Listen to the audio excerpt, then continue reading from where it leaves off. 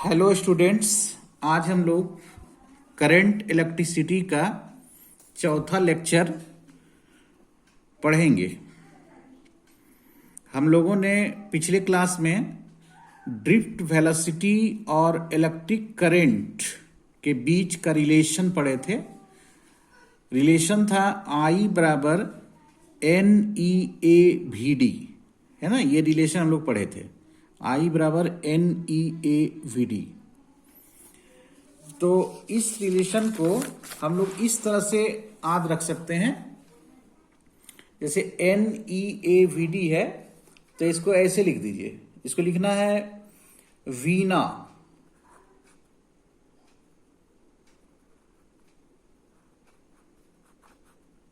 Veena I equal to वीना, मतलब shortcut बता रहे हैं। VD, D अभी साइलेंट रहेगा, VENA, सो क्या पढ़ेंगे वीना, है ना। I इक्वल टू वीना, ठीक है, इसे याद रखना है, I equal to Veena.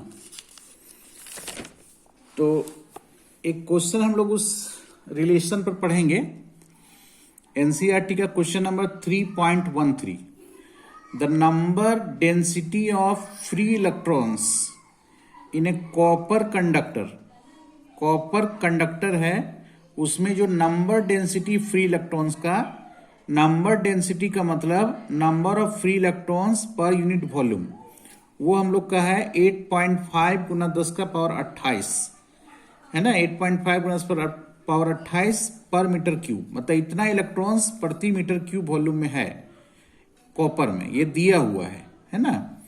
How long does an electron take to drift, कहता है कितना समय, हाउ लॉन्ग मतलब कितना समय लेता है एक electron, how long does an electron take, कितना इलेक्ट्रॉन जो है समय लेगा ड्रिफ्ट करने में, खिसकने में, from one end of a wire 3 metre long to other end, मतलब 3 मीटर लंबा एक वायर है, मान लीजिए 3 मीटर लंबा एक वायर है, इसके एक छोर से दूसरे छोर तक इलेक्ट्रॉन को ड्रिफ्ट होने में कितना समय लगेगा।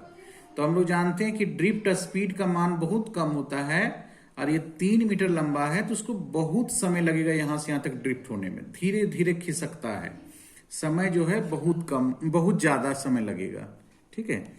एरिया ऑफ क्रॉस सेक्शन दिया हुआ है, अनुप्रस्थ काट का क्षेत्रफल दिया हुआ है 2 × 10⁻⁶ मीटर स्क्वायर, और करंट दिया हुआ है 3 एम्पियर।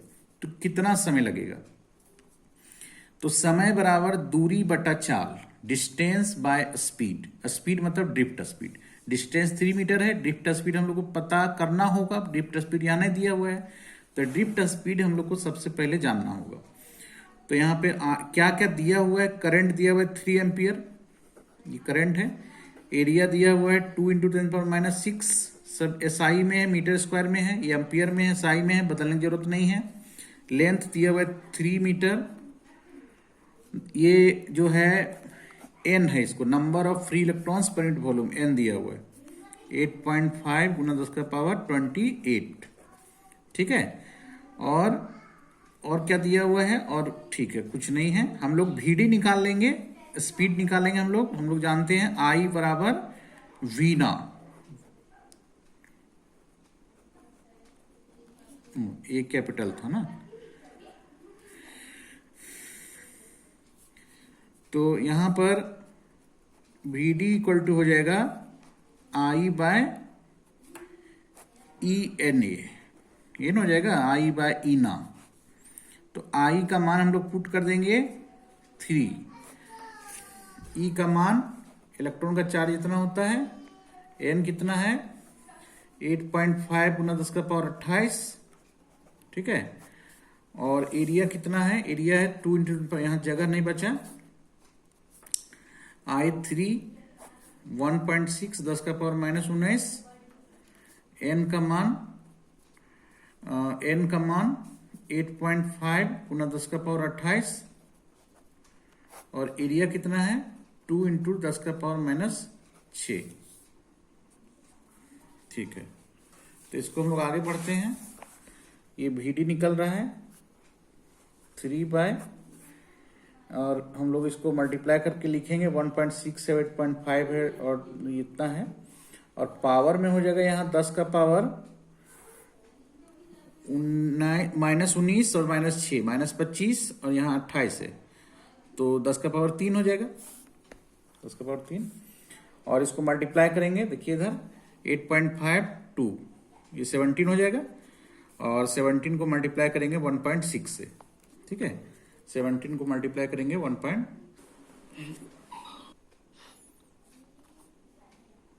तो हम लोग इसको सॉल्व करेंगे। 3/27.2 पॉइंट हटा देंगे, यहाँ 0 बैठ जाएगा, तो 30/272 आ गया। 10 का पावर 3 को 10 पर -3 कर देंगे, है ना, ऊपर जाएगा तो। और 30/272 इतना 0.11 मीटर पर सेकंड में आ जाएगा। हम लोग ड्रिफ्ट स्पीड, ड्रिफ्ट वेलोसिटी निकाल रहे हैं, ठीक है। अब कितना समय लगेगा, समय बराबर दूरी बटा चाल। तो दूरी 3 मीटर था और चाल मेरा इतना है, इतना से डिवाइड कर दिए, तो ये पॉइंट हटाएंगे यहाँ तो 00 आ जाएगा, ठीक है। 10 पर 3 हो गया -3 का, 300/11 27.271, 27.271, ये सब कैलकुलेशन अपने से करके देखना है। सेकेंड, अब सेकेंड में बहुत ज्यादा 1000 यहाँ से गुना हो रहा है ना, सेकेंड को हम आवर में बदल देते हैं, तो आवर में बदलेंगे इसको जब 3600 से भागा दे देंगे, है ना। 3600 सेकेंड बराबर 1 आवर होता है, 3600 भागा देंगे तो इतना आंसर आ जाएगा 7.57 आवर, ठीक है। तो इतना समय लगेगा, इतना घंटा लगेगा, 8 घंटा के करीब करीब लग जा रहा है उसको क्रॉस करने में, ठीक है। ड्रिफ्टिंग स्पीड जो होता है, ड्रिफ्ट वेलोसिटी जो होता है, बताए थे बहुत कम होता है, इसलिए इतना समय उसको लगेगा, ठीक है। अब आते हैं हम लोग, अगला टॉपिक हम लोग का है इलेक्ट्रिक रेजिस्टेंस। इलेक्ट्रिक रेजिस्टेंस, इसको हिंदी में कहते हैं विद्युत प्रतिरोध। विद्युत प्रतिरोध क्लास 10 में पढ़ना रहता था, है ना, वहां छोटा सा पढ़ना था, यहाँ हम लोग इसको डिटेल में पढ़ेंगे, ओम के नियम को भी पढ़ेंगे और रेजिस्टेंस पहले हम लोग पढ़ेंगे। विद्युत प्रतिरोध, तो प्रतिरोध क्या है, तो हमने पढ़ा कि जो ड्रिफ्ट वेलोसिटी होता था वो कांस्टेंट होता था, उसका स्पीड स्मॉल भी होता था, कांस्टेंट होता था, है ना। तो क्यों कांस्टेंट होता था, एक्सेलरेशन लग रहा है फिर भी कांस्टेंट हो जाता था वेलोसिटी, क्योंकि जो इलेक्ट्रॉन होता था फ्री इलेक्ट्रॉन, वो फ्री इलेक्ट्रॉन चलने के लिए फ्री नहीं है। मतलब होता क्या है कि जब वो चलता है तो एटम के जो एटम्स हैं, मतलब जो कर्नल है कंडक्टर में, उससे वो टकरा जाता है ना। कर्नल क्या है, तो एटम से इलेक्ट्रॉन जब निकल जाता है तो आयन बन जाता है, उसी को कर्नल बोलते हैं। तो इलेक्ट्रॉन उससे टकरा जाता है, इलेक्ट्रॉन टकरा जाता है तो उसका स्पीड कम हो जाता है, ठीक है। तो एक तरह से कह सकते हैं कि कंडक्टर का जो मटेरियल है वो इलेक्ट्रॉन के फ्लो में बाधा डालता है ना, उसका विरोध करता है, मतलब करंट बहने नहीं देता है ना, उसका विरोध करता है। उसी विरोध को हम लोग इलेक्ट्रिक रेजिस्टेंस कहते हैं। और इलेक्ट्रिक रेजिस्टेंस एक प्रॉपर्टी बोला जाता है कि ये कंडक्टर का एक प्रॉपर्टी है। और इसी वजह से चूंकि टक्कर होता है, बार बार टकराते रहता है, इलेक्ट्रॉन को सांस लेने का भी फुर्सत नहीं है, वो टक्कर होते रहता है उसके पास, है ना, उसके पास समय नहीं, रिलैक्सेशन टाइम है बहुत कम, बहुत छोटा समय होता है। कल बताए थे रिलैक्सेशन टाइम, जिसको टॉ से डिनोट करते थे, बहुत कम समय के लिए रिलैक्स रहता है और उसके पास फुर्सत ही नहीं है टक्कर होने के लिए। जब इतना ज्यादा टक्कर होगा, इतना ज्यादा कोलिजन होगा, तो निश्चित है कि कंडक्टर में क्या होगा, जब करंट पास होगा तो हीट आ जाएगा, टक्कर से हीट आ जाता है, उष्मा आ जाता है, ठीक है। ठीक है, उष्मा के बारे में भी हम लोग पढ़ेंगे, टेम्परेचर बढ़ जाएगा उसका। The property of a conductor, the property of a conductor, किसी कंडक्टर का प्रॉपर्टी। टू ऑब्स्ट्रक्ट, ऑब्स्ट्रक्ट मतलब विरोध करना, इसको हम लोग अपोज भी लिख सकते हैं। किसी कंडक्टर का वह प्रॉपर्टी, वह गुण, to obstruct the electric current, जो इलेक्ट्रिक करंट के मतलब विद्युत धारा का विरोध करता है, इज कॉल्ड इलेक्ट्रिक रेजिस्टेंस, उसको रेजिस्टेंस कहते हैं। रेजिस्टेंस का मतलब ही प्रतिरोध, प्रतिरोध मतलब विरोध, ठीक है। लेकिन मैथमेटिकली जो है इसका डिफिनीशन है, रेजिस्टेंस का डिफिनीशन है mathematically, the resistance of a conductor is defined as the ratio of applied potential difference to the corresponding electric current. Corresponding को हिंदी में कहते हैं संगत, मतलब कि अप्लाइड, जो हम पोटेंशियल डिफरेंस जो अप्लाई किए, जो पोटेंशियल डिफरेंस हम लगाए, डिवाइडेड बाय उसके कारण जो करंट आया। संगत का मतलब पोटेंशियल डिफरेंस के कारण जो करंट आया, मतलब भी पोटेंशियल डिफरेंस है और आई करंट है, तो भी बटे आई को हम लोग आर कहते हैं, रेजिस्टेंस कहते हैं, है ना। मतलब कि मान लीजिए कि कोई एक कंडक्टर है, सपोज ये कोई कंडक्टर है ना, ये कंडक्टर है, इसके एक छोर से बैटरी का पॉजिटिव और दूसरे छोर से बैटरी का नेगेटिव जोड़ दिए, ये भी वोल्ट का बैटरी है। तो क्या हुआ, भी वोल्ट का बैटरी जब जोड़े जैसे ही, तो इस कंडक्टर में करंट आ गया, करंट मान लीजिए आई आया, इस भी के कारण करंट आई आया। तो भी जो अप्लाई किए बटे जो करंट आया उसके अनुपात को भी बटे आई को हम लोग रेजिस्टेंस कहते हैं, है ना। तो करंट जो इसमें आया उसको हम लोग मेजर कैसे करेंगे, तो करंट को मेजर करने के लिए, करंट को मापने के लिए एक यंत्र होता है, हम लोग पढ़ेंगे उस यंत्र के बारे में भी तीसरा चैप्टर में। उसको आमीटर कहते हैं। और यदि कम वैल्यू का करंट है, स्मॉल वैल्यू का करंट है, तो उसको हम लोग गैल्वेनोमीटर से मापते हैं, है ना। तो वो पढ़ेंगे आगे चल के कि करंट को भी मापा जा सकता है। आमीटर लगा देंगे, यहाँ पे आमीटर लगा रहता है, कहीं भी लगा सकते हैं। तो पोटेंशियल डिफरेंस किसी कंडक्टर में जितना हम अप्लाई किए हैं और उसके कारण जितना करंट आया, दोनों को भागा दे देंगे, ठीक है, V ओवर I। तो ये रेजिस्टेंस कहलाता है, ये प्रतिरोध कहलाता है। और एक तरह से यदि मान लीजिए रेजिस्टेंस का परिभाषा पूछेगा तो पूरा दोनों परिभाषा लिखना है कि कंडक्टर का वह प्रॉपर्टी जो करंट के चलने का विरोध करता है उसको इलेक्ट्रिक रेजिस्टेंस कहते हैं। और मैथमेटिकली क्या है, V बटे I को इलेक्ट्रिक रेजिस्टेंस कहते हैं, विद्युत प्रतिरोध कहते हैं, ठीक है। तो अभी तक जो हम लोग पढ़े हुए हैं, अभी तक जो पढ़े हुए हैं, हाँ, अभी तक जो हम लोग पढ़े हुए हैं इसमें शुरू से यदि हम लोग देखें कि इंपॉर्टेंट क्वेश्चन क्या है ना, तो शुरू से देखते चलें तो आप लोग VBI लगा सकते हैं कॉपी में। ऐसे हम लास्ट में फिर से जो है एक बार VBI लगवा देंगे।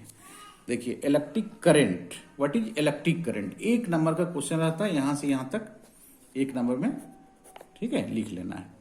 और यदि फॉर्मूला लिखना चाहें तो ये फॉर्मूला लिख सकते हैं, ठीक है, डायरेक्ट इसको लिखने की जरूरत नहीं है, ठीक है। एक नंबर का VBI हो गया। उसके बाद ये प्रश्न जो है, ये जो प्रश्न है ये VBI होता है, यहाँ ये प्रश्न VBI है ना, ये सब पहले पढ़ाया गया है। ये VBI प्रश्न है। डिप्ट वेलोसिटी क्या है, एक नंबर का, डिप्ट वेलोसिटी एक नंबर का। इसका एक्सप्रेशन है, ये 2 नंबर का है, ठीक है। 2 नंबर के प्रश्न में फिर इसको छोड़ देना, यहां से यहां तक लिखने की कोई जरूरत नहीं है। 2 नंबर के प्रश्न में आता है तो ये इसको लिखने की जरूरत नहीं है ना। फिर अगला VBI ये है मोबिलिटी। मोबिलिटी जो है सो 1 नंबर का प्रश्न है। ये 3 नंबर का प्रश्न है, रिलेशन वाला, है ना, I बराबर V ना।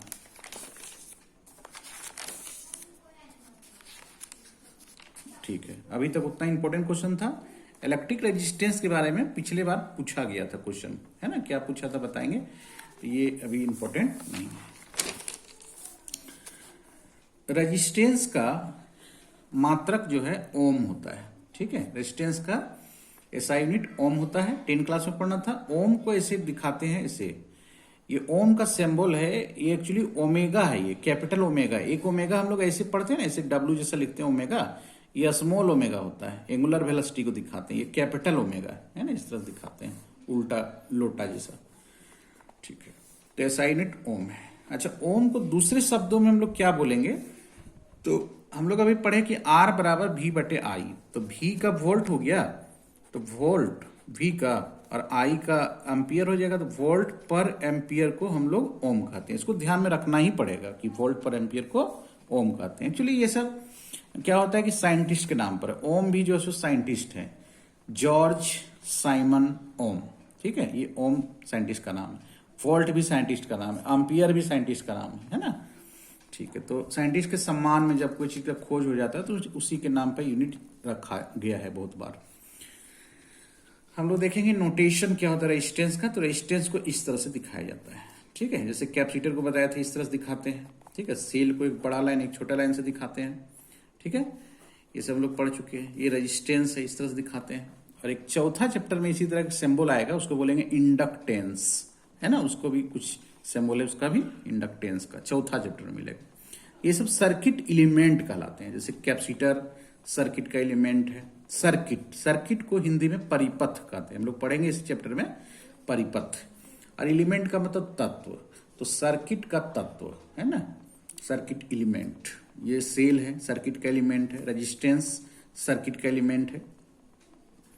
इंडक्टेंस सर्किट का एलिमेंट है। फिर ट्रांजिस्टर वगैरह आगे पढ़ेंगे, डायोड पढ़ेंगे, वो सब सर्किट का एलिमेंट्स होते हैं, ठीक है। हम लोग के मोबाइल में सर्किट होता है अंदर, है ना, तो मोबाइल में सर्किट है, उसमें बहुत सारा कैपेसिटर, इंडक्टर, ट्रांजिस्टर, डायोड, ये सब लगे होते हैं। और सिंपल जो हम लोग के घरों में जो सर्किट होता है, बल्ब लगा हुआ है, फैन लगा हुआ है, तार है ना, तो बल्ब फैन सब क्या है, रजिस्टेंस है ना, ये सब रजिस्टेंस ही एक तरह से हुआ। ठीक है, अब रजिस्टेंस का हम लोग ये सिंबल देख लिए, इस तरह से सिंबल ये नहीं ठीक से दिख रहा है, इसे बनाते हैं दोबारा, इस तरह से ये सिंबल है। ठीक है, दोनों सेम है।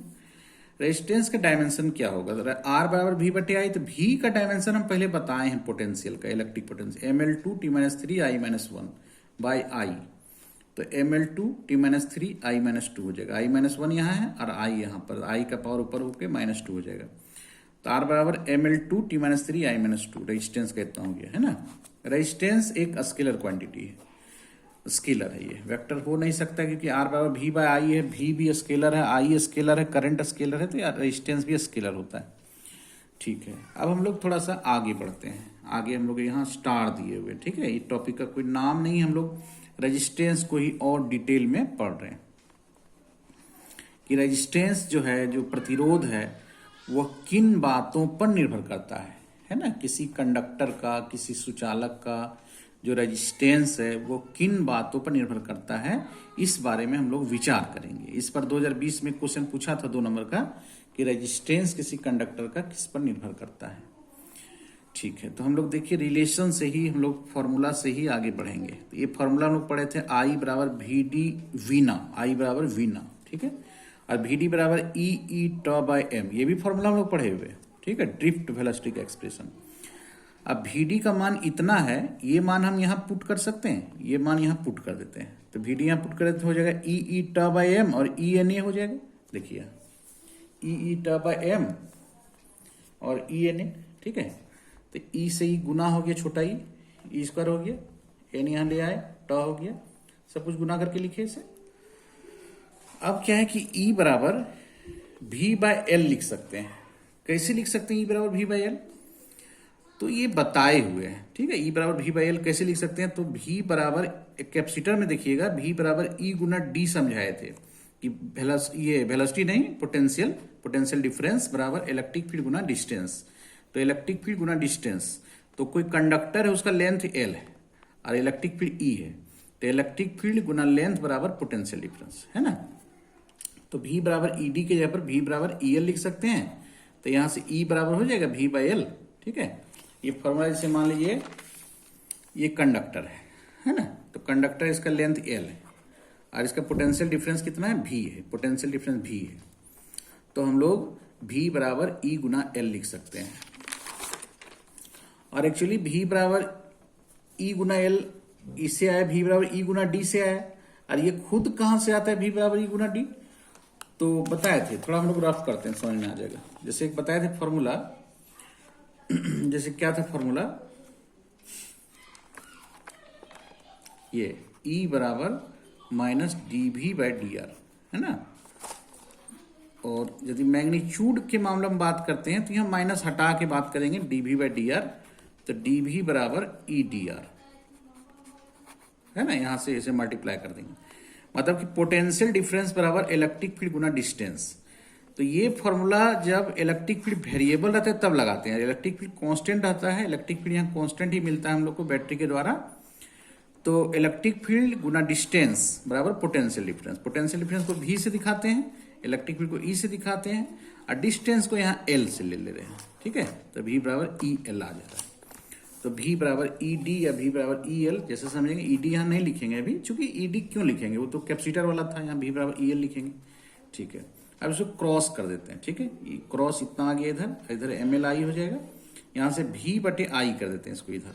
अब भी बटे आई को आर कह सकते हैं कि नहीं, अभी पढ़े थे हम लोग, भी बटे आई बराबर आर, तो आर बराबर ये सूत्र आ गया। ठीक है, अब ये जो चीज है M by N E square tau है ना, M by N square tau, इस चीज को हम लोग रो ले लेते हैं। ये हम लोग केवल नहीं ले रहे हैं, ये लिया ही जाता है, इसको रो बोला जाता है, इस चीज को रो बोला जाता है। एल ए बच गया, एल ए लिख दिए। ये जो रो है इसका एक खास नाम है, इसको बोला जाता है रेसिस्टिविटी, इस पर हम लोग चर्चा भी करेंगे आगे। ठीक है, रेसिस्टिविटी। तो आर बराबर रो एल बाय ए एक फॉर्मूला है, तो इस फॉर्मूला से हम लोग पता करेंगे कि रेजिस्टेंस जो है वो किन बातों पर निर्भर करता है। तो रेजिस्टेंस जो है वो डिपेंड करता है कंडक्टर के लेंथ पर, ठीक है, कंडक्टर के एरिया पर, एरिया ऑफ क्रॉस सेक्शन पर, मतलब उसके लंबाई पर, एरिया ऑफ क्रॉस सेक्शन पर, ठीक है, मतलब शेप और साइज पर निर्भर कर रहा है, और रो पर डिपेंड करता है, रो रेजिस्टिविटी पर डिपेंड करता है। तो रेजिस्टिविटी जो है उसका फॉर्मूला यहां से देखिए, एम जो है मास है, ये किसका मास है, ये इलेक्ट्रॉन का मास है। एम देखिए यहां से आया, देखिए यहां से इस फॉर्मूला के ओरिजिन में जाइए, फॉर्मूला जहां आया है, जहां हम डिराइव किए हैं, वहां एम का मतलब होता था इलेक्ट्रॉन का मास। तो वही ना चीज रहेगा, बदलेगा तो नहीं। तो इलेक्ट्रॉन का मास है। एन क्या था, है ना, एन शुरुआत कीजिए, एन हम लोग का आया था, N number of free electrons per unit volume था, ठीक है। ई क्या है, ये तो इलेक्ट्रॉन का चार्ज है। और ट जो है सो टाइम ऑफ रिलैक्सेशन है। टाइम ऑफ रिलैक्सेशन क्या होता था याद है, कि जब इलेक्ट्रॉन चलता था तो चल रहा है, अचानक टकरा गया किसी से, फिर चला, फिर टकरा गया, तो जितना देर तक वो नहीं टकराया, जितना देर तक वो रिलैक्स रहा, उस समय को हम लोग रिलैक्सेशन टाइम बोलते हैं, टाइम ऑफ रिलैक्सेशन बोलते हैं, टॉ से दिखाते हैं। तो ये टॉ है। तो ये जो रो है इसके बारे में हम लोग अलग से पढ़ेंगे, पता चलेगा कि रो जो है सो दो बातों पर निर्भर करता है। जैसे देखिए, मास कभी चेंज नहीं करेगा इलेक्ट्रॉन का, फिक्स होता है 9.1 गुना 10 का पावर माइनस 31। ई का मान नहीं चेंज करेगा, 1.6 गुना 10 पावर माइनस 19। चेंज करने वाला एन है, N number of free electrons per unit volume है, जो कंडक्टर चेंज करेंगे। जैसे सिल्वर है, सिल्वर से हम बदल के कॉपर ले लेंगे, कॉपर से बदल के हम आयरन ले लेंगे, मतलब कंडक्टर यदि हम चेंज करेंगे तो एन का मान मेरा बदलेगा। जैसे कॉपर में 10 का पावर 29 होता है लगभग एन का मान, सिल्वर में उससे थोड़ा ज्यादा होगा, अच्छा कंडक्टर है ना। आयरन में कम हो जाएगा, थोड़ा सा बैड कंडक्टर है ना।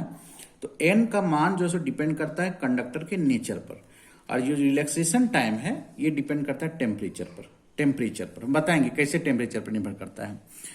तो यहां मेरा कहना है कि रेजिस्टिविटी दो बातों पर निर्भर करता है, कंडक्टर का नेचर, मतलब कंडक्टर सिल्वर से बना हुआ है कि कंडक्टर कॉपर का बना हुआ है कि कंडक्टर मिश्र धातु है, इस पर निर्भर करेगा, कंडक्टर के नेचर पर। ये सब दोनों कांस्टेंट है, और डिपेंड करेगा टेम्परेचर पर। टेम्परेचर चेंज करने से टॉ बदलेगा, इस पर हम चर्चा करेंगे।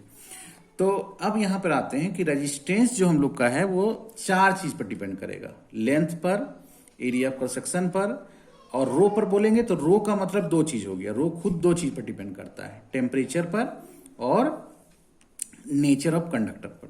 तो इस तरह से हम लोग का कंक्लूजन ये निकला कि किसी कंडक्टर का रेजिस्टेंस, यही इस बार पूछा भी था 2020 में, कि किसी कंडक्टर का रेजिस्टेंस, वीवीआई नहीं है, 2019 में, 2020 में पूछा था कि किसी कंडक्टर का रेजिस्टेंस जो है 2 नंबर का किन बातों पर निर्भर करता है।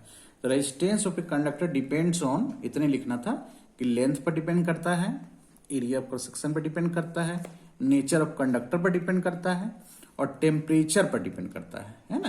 ये टेम्परेचर का हम चर्चा फिर करेंगे, है ना। नेचर का चर्चा कर दिए, एरिया लेंथ तो दिख रहा है। फॉर्मूला क्या है रेजिस्टेंस का, आर बराबर rho L by A, formula भी लिखना था, है ना, एक नंबर ये, एक नंबर ये, तो आर बराबर रो एल बाई, ठीक है, लिख दिए कि रेजिस्टेंस किसी कंडक्टर का डिपेंड करता है शेप पर, साइज पर, नेचर पर और टेम्परेचर पर। अलग से इसको लिख दिए एक लाइन में, है ना, यही चीज है। और रेजिस्टिविटी जो है, रेजिस्टिविटी वो टेम्परेचर पर निर्भर करता है और नेचर पर निर्भर करता है। टेम्परेचर पर निर्भर करता है, ये हम चर्चा करेंगे, ठीक है, और नेचर पर डिपेंड करता है। लेकिन ये does not depend on shape and size of the conductor, ये कंडक्टर के शेप एंड साइज पर डिपेंड नहीं करता है। मतलब कंडक्टर के शेप और साइज से मतलब है रेजिस्टेंस को, रेजिस्टिविटी को मतलब नहीं है। कहने मतलब कि मान लीजिए कि ये पेन सिल्वर का बना हुआ है ना, ये पेन सिल्वर का बना हुआ है, और एक दूसरा चीज हम लोग ले लेते हैं, वो भी बना हुआ है सिल्वर का, ठीक है। ये रिमोट है, ये भी बना हुआ है सिल्वर का, है ना। तो दोनों सिल्वर का बना हुआ है, तो दोनों का रेजिस्टिविटी जो सो सेम होगा, क्योंकि सिल्वर है, ये भी सिल्वर है, और दोनों का टेम्परेचर, ये रूम में दोनों का टेम्परेचर तो सेम है, एक ही रूम में एक ही जगह रखा हुआ है, टेम्परेचर रूम का 25 डिग्री सी मान लीजिए है, तो टेम्परेचर दोनों का सेम है, नेचर भी दोनों का सेम है। क्या नेचर है, सिल्वर का बना हुआ है, तो इसका मतलब है कि दोनों का रेजिस्टिविटी सेम होगा, लेकिन दोनों का रेजिस्टेंस बिल्कुल सेम नहीं होगा। रेजिस्टेंस क्यों नहीं सेम होगा, इसका लंबाई अलग अलग हो सकता है, इसका चौड़ाई, एरिया ऑफ क्रॉस सेक्शन इसका ये हुआ, ये एरिया ऑफ क्रॉस सेक्शन इसका हुआ, इसका एरिया ऑफ क्रॉस सेक्शन ये हुआ, छोटा सा है। तो एरिया ऑफ कंस्ट्रक्शन लेंथ दोनों का अलग अलग है, नेचर सेम है, टेम्परेचर सेम है, ठीक है, रेजिस्टिविटी तक सेम हो गया, लेकिन रेजिस्टेंस सेम नहीं है, ठीक है, लेंथ वंथ अलग अलग है, एरिया वगैरह अलग अलग है, ठीक है। तो रेजिस्टेंस जो है सो ये सब पर डिपेंड करता है, रेजिस्टिविटी इस पर डिपेंड करता है, ठीक है। एक हम लोग ये टेम्परेचर पर कैसे डिपेंड करता है ये हम लोग अगले वीडियो में अच्छा थोड़ा सा हम लोग और पढ़ लेते हैं, ठीक है। जैसे क्वेश्चन है कि resistivity of a wire is 100 ohm metre, किसी वायर का रेजिस्टिविटी 100 ओम मीटर है, ठीक है। ओम मीटर, हाँ, रेजिस्टिविटी का यूनिट ओम मीटर होता है, रेजिस्टिविटी का यूनिट जो है ओम मीटर होता है। यहाँ एक बार लिख लेते हैं कि यूनिट जो है रेजिस्टिविटी का, unit of resistivity is ohm metre, resistivity का यूनिट ओम मीटर होता है। कैसे यूनिट ओम मीटर होता है तो इसका चर्चा करेंगे, ठीक है। यहीं से देख लीजिए, जैसे देखिए R बराबर रो L बाई ए है ना, तो यहां से रो निकालेंगे, जब थोड़ा रफ कर लेते हैं, याद रखना है इसका यूनिट भी वेरी इंपॉर्टेंट, एक नंबर का ऑब्जेक्टिव में पूछा जाता है। जैसे R बराबर रो L बाय ए, तो यहां से रो L बराबर R ए हो जाएगा, तो रो बराबर R ए बाय L, ठीक है। तो R का ओम, एरिया का मीटर स्क्वायर और L का मीटर, तो मीटर से मीटर कट गया तो क्या बचा, ओम मीटर, है ना, तो इसलिए ओम मीटर हो गया। तो रेजिस्टिविटी का यूनिट ओम मीटर होता है, इसको बिल्कुल याद रखना है। सिंबल के रूप में यदि बोलेंगे तो ब्रैकेट में लिख देते हैं, ऐसे लिखते हैं, ठीक है। तो किसी वायर का रेजिस्टिविटी 100 ओम मीटर है और इसका लेंथ डबल कर देते हैं, रेजिस्टिविटी बोल रहा है कि 100 ओम मीटर है, लेंथ को डबल कर दिए बाय स्ट्रेचिंग इट, खींच करके उसके लंबाई को खींचे हम लोग तो डबल हो गया। फाइंड इट्स न्यू रेजिस्टिविटी, तो इसका नया रेजिस्टिविटी क्या होगा, पहले था 100 ओम मीटर, पर मीटर नहीं ओम मीटर, तो उसको खींचे लंबा कर दिए तो रेजिस्टिविटी क्या होगा। तो रेजिस्टिविटी पर कोई प्रभाव नहीं पड़ेगा, क्योंकि रेजिस्टिविटी जो है वो नेचर पर डिपेंड करता है। मान लिया वायर है सिल्वर का बना हुआ है, खींचेंगे तो कॉपर का तो नहीं बनेगा या गोल्ड का नहीं बनेगा, टेम्परेचर भी चेंज नहीं करेगा खींचने से, तो लंबाई को डबल करने से कोई फर्क नहीं पड़ेगा। इसलिए यदि इसका ऑप्शन दिया हुआ है, मान लीजिए कि लिखा हुआ 200, 400, 150, तो इसका आंसर जो सो 100 ये हो जाएगा आंसर, है ना। तो क्या इसका रेजिस्टेंस चेंज करेगा कि नहीं, बिल्कुल रेजिस्टेंस चेंज करेगा। वही अगला क्वेश्चन हम लोग का VVI क्वेश्चन है 2 नंबर का। एक वायर है, द रेजिस्टेंस ऑफ वायर का रेजिस्टेंस 20 ओम है और इसको स्ट्रेच कर देते हैं, खींच देते हैं, such that its length becomes double, इसका लंबाई जो सो डबल हो जाता है ना।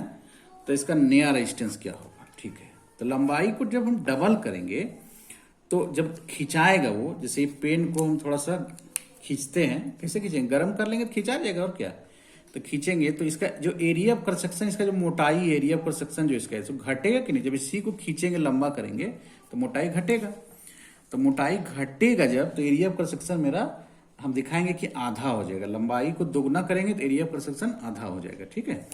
तो रेजिस्टेंस का फॉर्मूला इसे होता क्या है, रो L बाय ए, है ना, ये R बराबर रो L बाय है। अभी स्ट्रेच हम नहीं किए हैं, इसका वैल्यू 20 ओम यहाँ दिया हुआ है, ठीक है, ठीक है। अच्छा आप बताइए, हम लोग एरिया वगैरह निकालेंगे, ठीक है। वॉल्यूम इसका कभी चेंज नहीं करेगा, वॉल्यूम ऑफ वायर जो है खींचने के पहले, बिफोर स्ट्रेचिंग, और volume of wire after stretching क्या सेम होगा कि नहीं। तो इसका वॉल्यूम कैसे निकालेंगे, एरिया गुना लेंथ, सिंपल, ये सिलेंडर है मान लीजिए, एरिया इसका गुना लेंथ। ऐसे सिलेंडर का, बेलन का आयतन बराबर पाई आर स्क्वायर एच होता है, तो पाई आर स्क्वायर इसका ये वाला हो गया, पाई आर स्क्वायर सर्किल, अरे एच ये हो गया या एल हो गया। तो एरिया गुना लेंथ, बिफोर है एरिया गुना लेंथ, और आफ्टर क्या है, तो एरिया मान लीजिए ए डैश है और लेंथ को 2L करते हैं, 2L क्यों, डबल हो गया, L से L कट गया, तो ए डैश बराबर क्या हो गया, ए बाई 2। ए डैश का मतलब एरिया बाद वाला एरिया, ए क्या है, शुरू वाला एरिया, ठीक है। अब बाद का रेजिस्टेंस मान लीजिए R डैश है, ठीक ना, तो R डैश बराबर क्या हो जाएगा, रो L एल के जगह 2l हो जाएगा। अभी एल डैश रखते हैं, ए डैश रखते हैं, ठीक है। तो एल डैश को 2l लिख देते हैं डबल लेंथ, और ए डैश तो a/2 ने आया था, ये 2 पर चला जाएगा तो हो जाएगा 4 रो एल बाई ए। और रो एल बाई ए जो था, रो एल बाई ए का मान यहाँ है, रो एल बाई ए का मान कितना है 20 ओम दिया हुआ।